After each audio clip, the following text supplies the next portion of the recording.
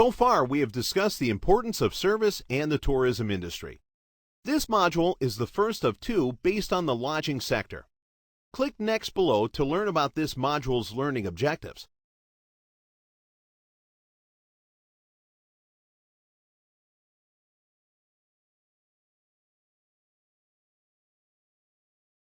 For most of us, staying in a hotel is exciting. It is the feeling or illusion that you are completely away or off the grid for a short amount of time. As we have learned in previous modules, regardless if travelers are ready for a nature retreat or eager to visit the popular streets of Hong Kong, Berlin, or Beverly Hills, there's a lodging property for everyone. And working in the lodging sector is just as exciting as staying at one. The lodging sector opens new opportunities, allows you to meet others from around the world, and places you in a vacation-oriented environment. Your hotel reservation has been reserved. Let's get ready to check in.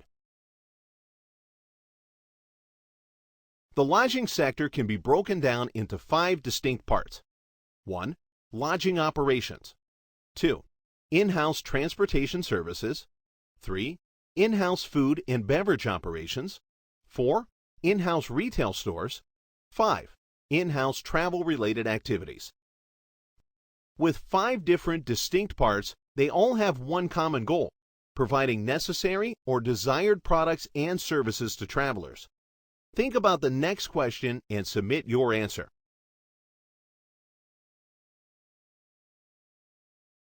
If your answer had anything to do with the stay at a property, then you are correct. The lodging industry stands apart due to the fact that it offers overnight accommodations.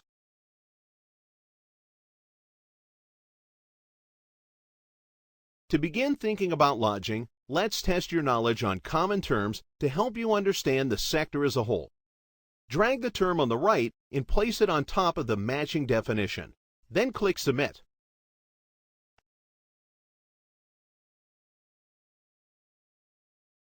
As we learned from the Travel and Tourism module, the industry as a whole is growing by leaps and bounds in bringing in billions of dollars and providing a growth in jobs.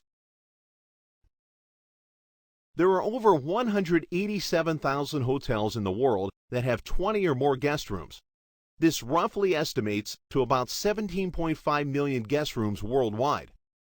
With the ever-changing landscape of this industry, these numbers are sure to grow and probably have already grown since this statistic was released in early of last year.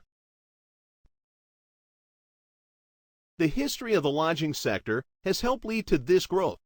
It all began in earlier times. It has been documented that the first hotels were nothing more than private homes open to the public. Most, unfortunately, had poor reputations. However, under the influence of the Roman Empire, inns and hotels began catering to the pleasure traveler in an effort to encourage visitors. Read more about the long history of the lodging sector by clicking on the suitcase at the bottom of the slide.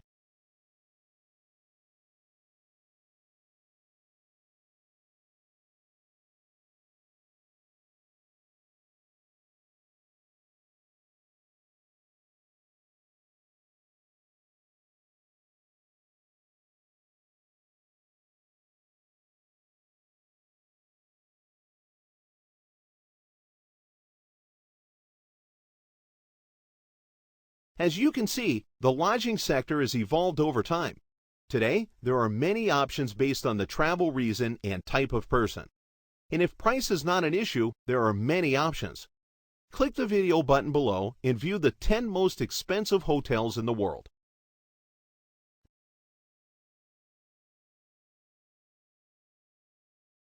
There are endless possibilities when travelers are deciding which hotel to choose.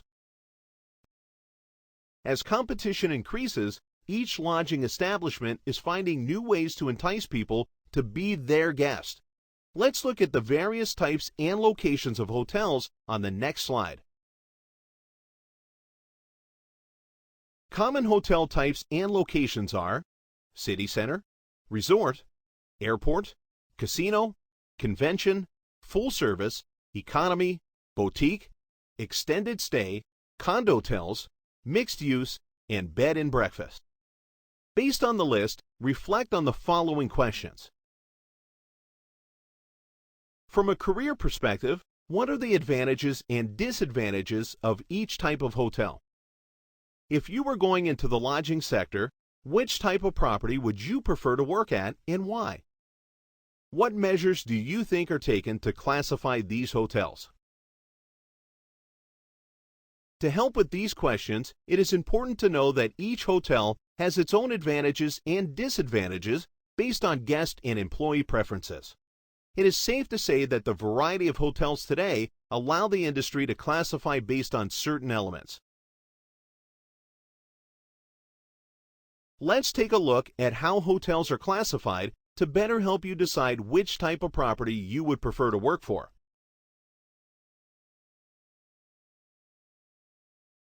There are many ways to classify hotels. The categories we will look at in this module are based on the following 4 elements: hotel size, target market, level of service, ownership, and affiliation. First, we will discuss hotel size in terms of classifying.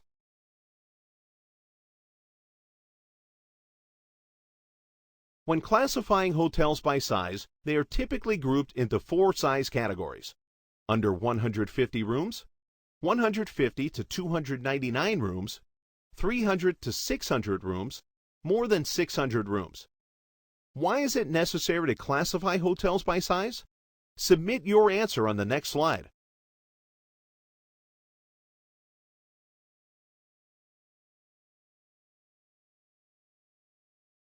Hotels tend to be classified by size to compare operating procedures and statistical results. The next element to classifying hotels is by target market. In your own words, what is a target market? Submit your answer on the next slide. A target market is a distinctly defined group of people that a hotel hopes to retain or attract as guests. By identifying a target market, a hotel can more easily promote itself to guests that have needs that fit best with the hotel. Target markets are identified through market research, tools, and strategies. Click below to read a listing of different types of hotels that serve different markets.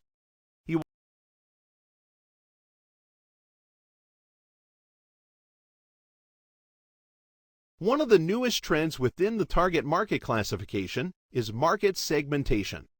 Market segmentation is the process of defining or identifying smaller, distinct groups or segments within larger markets. For example, one hotel company may have more than one type of hotel in order to meet the needs of different types of guests. Let's take a look at Marriott Hotels and Resorts and how they use market segmentation. Click on their logo below.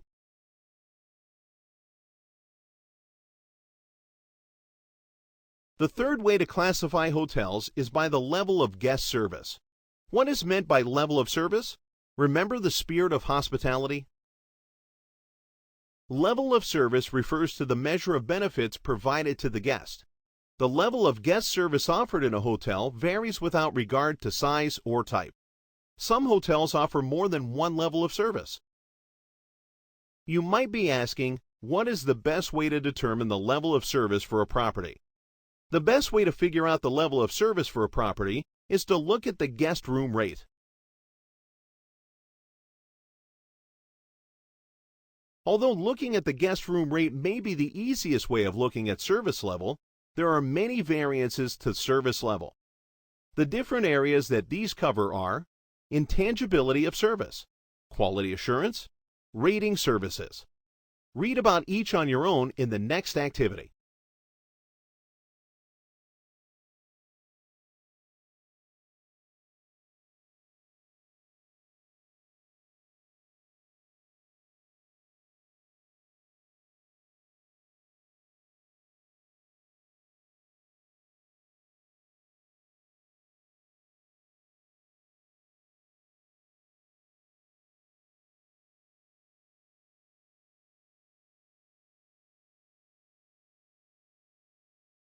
The last way to classify a hotel is by its ownership. As you take this course and start developing your career goals, you never know. You and/or your global classmates might one day own their own hotel. The sky is the limit when your heart is in it. In the beginning, individuals and companies owned and operated their own hotels. But as the industry grew and diversified, another ownership structure emerged to meet lodging's new goals. Both of these structures, independent and chain, respectively offer distinct advantages and disadvantages for the hotelier. Let's first look at independent ownership on the next slide. Originally, the only existing structure was independent ownership. An individual or company opened a hotel and managed it, with complete responsibility for the hotel's success or failure.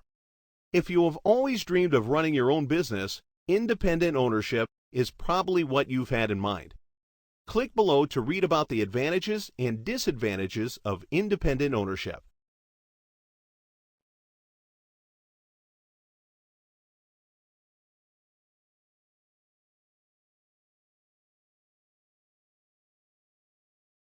The other structure is chain ownership.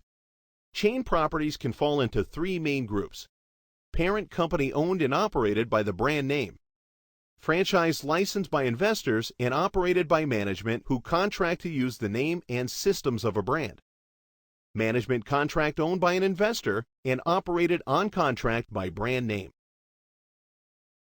Click below to view the 15 largest international management companies and watch a video on the history of the Holiday Inn chain.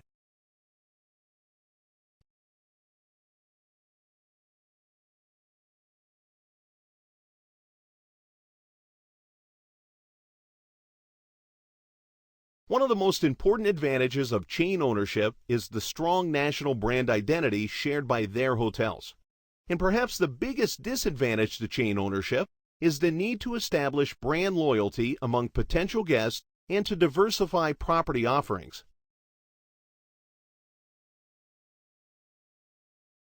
Now that we have learned some of the common ways to classify hotels, let's take a look at a few of the fun and very unusual hotels around the world that are definitely in a class of their own. Click on the video below.